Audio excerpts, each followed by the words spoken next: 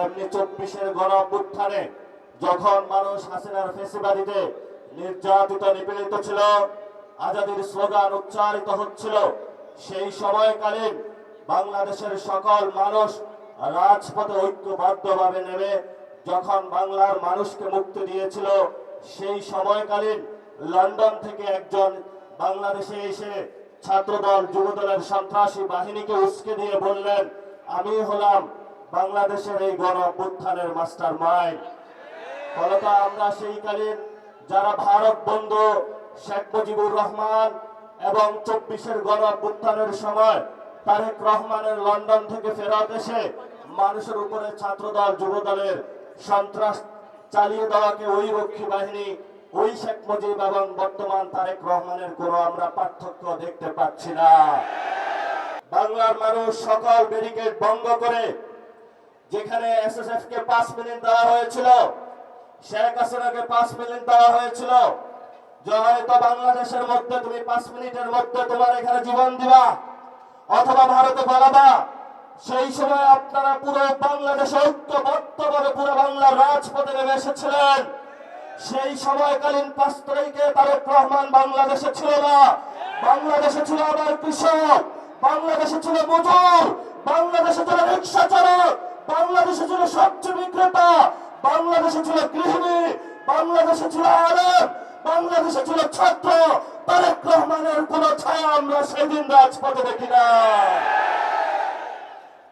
নতুন করে বাংলাদেশে এসেছে, হালগতি বুঝার আগেই সব সিদ্ধান্ত নেওয়ার শুরু করেছে। আমরা বলেছি আপনাকে স্পষ্টত, আপনি যদি ক্ষমতায় থাকতে হয় আপনি গণভোটের রায় বাস্তবায়ন করতে হবে। যেই পরিস্থিতি পাকিস্তানি জান্তাদের হয়েছিল বাংলার জনগণের রায় না মানার কারণে, সেই পরিস্থিতি আপনার সাথেও হবে। কারণ এই প্রধানমন্ত্রীর চেয়ার এটা আপনার না, এটা বাংলাদেশের জনগণের। ফলত আমাদের চেয়ার নিয়ে কেউ যদি ছিনিমিনি খেলে, আমরা তো সেই চেয়ারকে রক্ষা করতেই হবে আমাদের। আমি ছোট্ট একটা গল্প দিয়ে শেষ করব। তাজমহল একজনে প্রায় 100 বারের মতন বিক্রি করেছিল। প্রায় সব খরিদ্দার এসে খুঁজে যে আমি তাজমহলের মালিক, কিন্তু তাজমহলের মালিকানা কি কেউ নিয়েছে না ওই ব্যক্তিও হয়েছে? এটা ভারতের সম্পত্তিও ছিল। তারেক রহমান নির্বাচনে আসার আগে অনেক জায়গায় ধর্ণা দিয়েছে, ভারত থেকে শুরু করে অনেক ডিপ স্টেটের কাছে তাজমহলের মতন 100 জায়গায় বাংলাদেশকে বিক্রি করেছে। এখন সবাই এসেছে তারেক রহমানের কাছে যে তুমি না আমার কাছে বিক্রি করেছিলা, আরেকজন বলে তুমি না আমার কাছে বিক্রি করেছিলা। তারেক রহমান এখানে মাথা খারাপ হয়ে গিয়েছে, এখন তাদের পাওনা বুঝিয়ে দিতে পারছে না। কারণ বাংলাদেশের মালিকানা তারেক রহমানের নয়, বাংলাদেশের মালিকানা বাংলাদেশের জনগণের। আমাদেরকে এনশিওর করতে হবে যদি বাংলাদেশের মাটি, বাংলাদেশের বায়ু, বাংলাদেশের পানি ভারত বা অন্য রাষ্ট্রের কাছে কেউ বিক্রি করতে চায়, ক্ষমতার লোভে আমরা রাজপথে থেকে সেই সকল মানুষ থেকে বাংলাদেশের স্বাধীনতা এবং সার্বভৌমত্ব নিশ্চিত করতে হবে।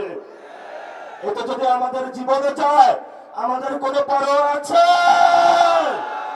এই তারেক রহমানের সন্ত্রাসী দল, ছাত্র দল, যুব দল, আজকে তোমাদেরকে বলবো, কই তোমরা? আজকে কোথায় গুপ্ত হয়ে গিয়েছ? আজকে যে রাজপথে দেখা যাচ্ছে না, বাসায় কি ঘুমিয়ে আছো নাকি পালিয়ে গিয়েছ? পালানোর জায়গা পাবেন না। কয়েকজন, এর কারণে আপনারা বিভ্রান্ত হবেন না। তারেক রহমান বাংলাদেশে ভালো কিছু দিতে পারবে না।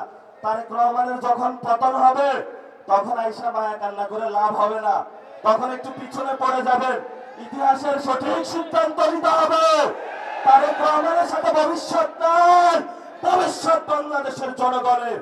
দ্বিতীয় প্রতিষ্ঠা যে বার্ষিকী, আজকে সেই ডাক দিয়ে আপনাদেরকে বলে গেলাম, এই বাইতুল মোকাররমের চত্বরে, যেখানে হলো অনেক ইতিহাসের সাক্ষী, তারেক রহমান ক্ষমতায় থাকবে না, তারেক রহমান ক্ষমতায় থাকবে না।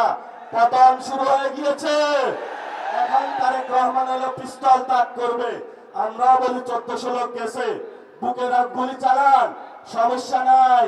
তবে আমাদেরকে কোনো পর টাকা দিয়ে কিনতে পারবেন না, কোনো নেগোসিয়েশন হবে না, একটু হবে না। পতন হবে আপনার বাংলার মাটিতে। জনগণ আপনাকে পতন করে শেখ হাসিনার মতো উচিত শিক্ষা দিয়ে তবে আমরা বাংলাদেশের যে দ্বিতীয় স্বাধীনতার যুদ্ধ সেটার ভবিষ্যৎ মাত্রা এগিয়ে নিয়ে যাব। সবাই ভালো থাকবেন, নিরাপদে থাকবেন, আশেপাশে দেখে রাখবেন যারা ছাত্রদল, যুবদল, বিএনপির সন্ত্রাসী তারা যাতে জনগণের উপরে কোনো অত্যাচার না চালাইতে পারে। এবং কোথাও যদি বিদ্যুৎ, গ্যাস এগুলোর সংকটে পড়ে সবাই থালাবাটি, বাসন, কলস নিয়ে রাস্তায় নামবেন। ক্ষমতায় বসেছ, গ্যাস দিতে হবে, বিদ্যুৎ দিতে হবে, সিন্ডিকেট চলবে না, কোন পণ্যের দাম বাড়ানো যাবে না। যদি না দিতে পারো ক্ষমতা থেকে চলে যান, আমরা ক্ষমতা চালাইতে পারবো ইনশাআল্লাহ।